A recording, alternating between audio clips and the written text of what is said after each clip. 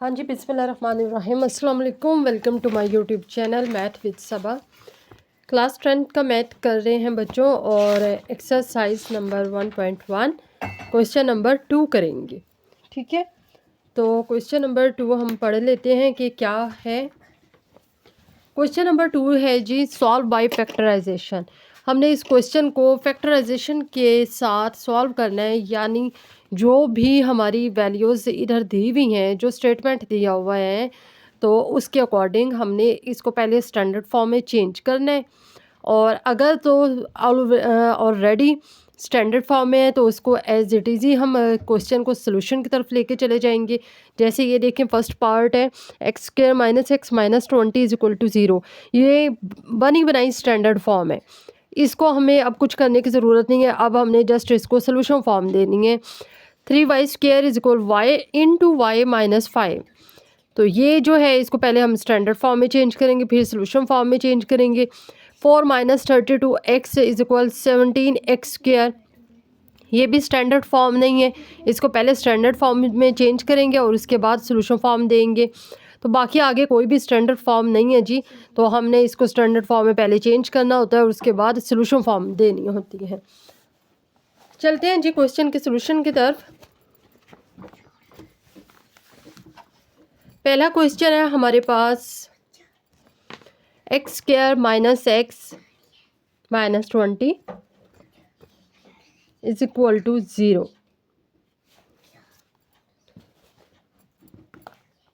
X square minus x minus 20 is equal to 0। ये is equal to 0 कर लिया और जी अब हमने इस क्वेश्चन को सोल्यूशन देना है।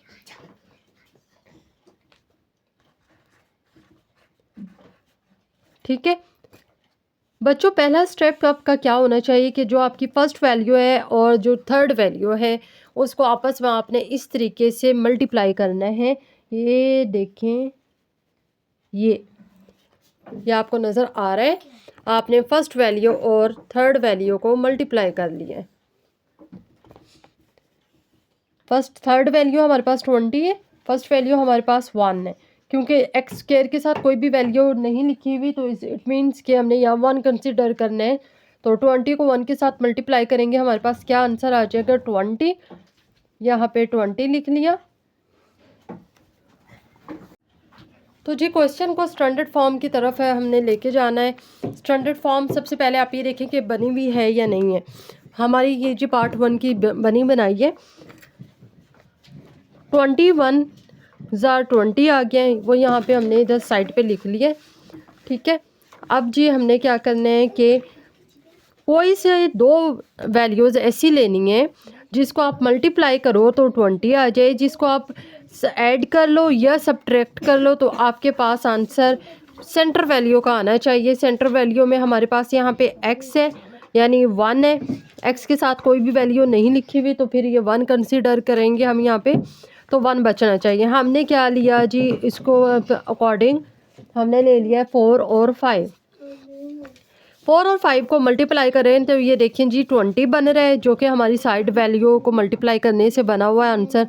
ये हमें अचीव हो रहा है। 4 और 5 को माइनस सब्ट्रैक्ट करेंगे, माइनस करेंगे तो हमारे पास 1 बच जाएगा। अब जी इसको नेक्स्ट स्टेप क्या होगा कि हमने लिखना है एक्स का स्क्वायर माइनस 20 और ये जो सेंटर स्पेस है इसमें आपने उन दो वैल्यूज़ को लिखना है जो कि आपके पास आपने खुद सोची हुई है, जो पेयर आपने खुद से बनाया है। हम यहाँ पे बनाएंगे जी एक्स का square minus 5x plus 4x minus 20। ठीक है, अब ये हमारे पास बन गए। अब आप ये देखें बच्चों के आपने माइनस और प्लस को माइनस करें, प्लस माइनस माइनस हो जाता है। 5x में से 4x अगर एक्सक्लूड कर दिए जाएं तो फिर हमारे पास सिंगल x बचता है यानी माइनस x। तो अब हमने नेक्स्ट स्टेप आपका क्या होता है कि आपने इसकी पेयरिंग कर लेनी है। एक ये पेयर है, एक ये पेयर है। एक्स का स्क्वायर माइनस 5x में से जो कॉमन है उसको निकाल लें। कॉमन x है हमारे पास से, उसको निकाल लिए और इनर ब्रैकेट हम लिखेंगे x माइनस 5।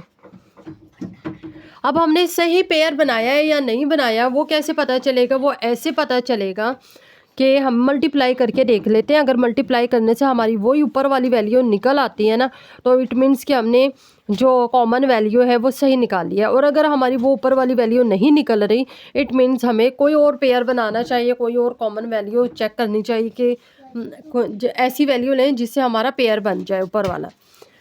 अच्छा जी, x को मल्टीप्लाई x के साथ किया तो क्या बन गया, x का स्क्वायर, ये ऊपर x का स्क्वायर है। 5 को x के साथ मल्टीप्लाई करेंगे तो 5 आ गया, प्लस x है और -5 है तो प्लस माइनस माइनस हो गए, तो ये -5x बन गया। यानी हमारा जो कॉमन हमने वैल्यू ली है वो बिल्कुल एक्यूरेट ली है। अच्छा जी, यहाँ पे अगेन ये जो इनर ब्रैकेट वैल्यू है इसको अगेन हमने यहाँ पे लिखना है x - 5।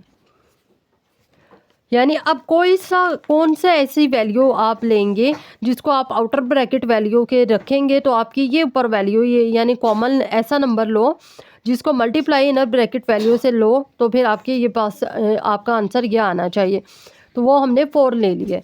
4 को x के साथ मल्टीप्लाई किया तो 4x बन गया, 4 को 5 के साथ मल्टीप्लाई करेंगे तो 20 बन गया। ठीक है, अब जी हमारे पास दो वैल्यूज़ बन गई हैं, एक x + 4 है और दूसरी x - 5 है।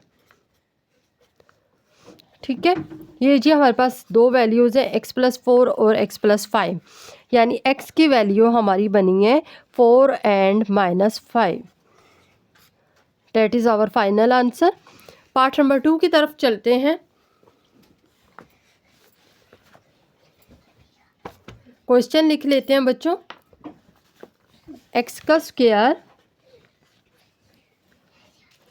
स्क्वायर + 4 डिवाइडिंग फॉर्म लेंगे और बाई 3 -x/7। पार्ट नंबर 3 की तरफ चलते हैं। पार्ट नंबर 3 है हमारे पास 4 - 32x = 17x²। तो बच्चों आप देख सकते हैं कि ये स्टैंडर्ड फॉर्म में नहीं है। पहले हम इसको स्टैंडर्ड फॉर्म में कन्वर्ट करेंगे। वो कैसे कन्वर्ट करेंगे, 17x का स्क्वायर ऐसे ही लिखेंगे जैसे लिखा हुआ है। उसके बाद जी -32x है तो +32x लिखेंगे, क्योंकि इसने अपनी जगह पे इक्वल चेंज किए तो साइन चेंज हो जाता है। +4 है तो -4 है। अब नेक्स्ट स्टेप बच्चों हमारा क्या होता है कि आपने फर्स्ट वैल्यू को थर्ड वैल्यू से मल्टीप्लाई करना होता है फैक्टराइजेशन करते हुए। ठीक है, 17 को 4 से मल्टीप्लाई इधर करके देख लेते हैं। 17 × 4, 7 4s are 28, 2 कैरी कर लेंगे, 8 लिख लेंगे, 4 1s are 4 + 2 करेंगे तो 6 आ जाएगा, यानी 68 आया हुआ है। तो अब आपने बच्चों क्या करना है कि कोई से दो ऐसी वैल्यूज़ लेनी है जिसको ऐड कर लो या सब्ट्रैक्ट कर लो तो आपका 68 बन जाए, और उन्हीं दोनों वैल्यूज़ को आप जस्ट मल्टीप्लाई करना है। तो मल्टीप्लाई करोगे तो आपका 68 आना चाहिए। अब इसमें से 34 मुझे लग रहा है एंड 2, 34 और 2 को 34 - 34 को +2 में ऐड करेंगे तो हमारे पास 32 निकल आएगा। और अगर इसको मल्टीप्लाई करेंगे 34 × 2 करके दिखाते हैं आपको। 34 × 2, 2 4s are 8, 2 3s are 6, ये हमारे पास 6 आ गया। और अगर 34 को 2 में से सब्ट्रैक्ट कर लें तो फिर ये देखें 32 निकल के आ रहा है। यानी ऐड या सब्ट्रैक्ट आपके पास दो चॉइसेस होती हैं, वो according to your question and according to center value आपने देखना होता है कि आपने प्लस या माइनस कौन सा साइन लगाना है। अच्छा जी, अब नेक्स्ट स्टेप आपका क्या होता है, आपने फर्स्ट वैल्यू को ऐसे ही लिखना है 17x², लास्ट वैल्यू को ऐसे ही लिखेंगे -4, और दरमियान में आपने क्या करना है कि आपने 32 के साथ प्लस का साइन है तो हमने क्या करना है -34x + 2x, plus minus minus करेंगे तो फिर हमारे पास जी 32 बन जाएगा। अब ये सारी की सारी ये आपने वैल्यूज सेट कर ली हैं।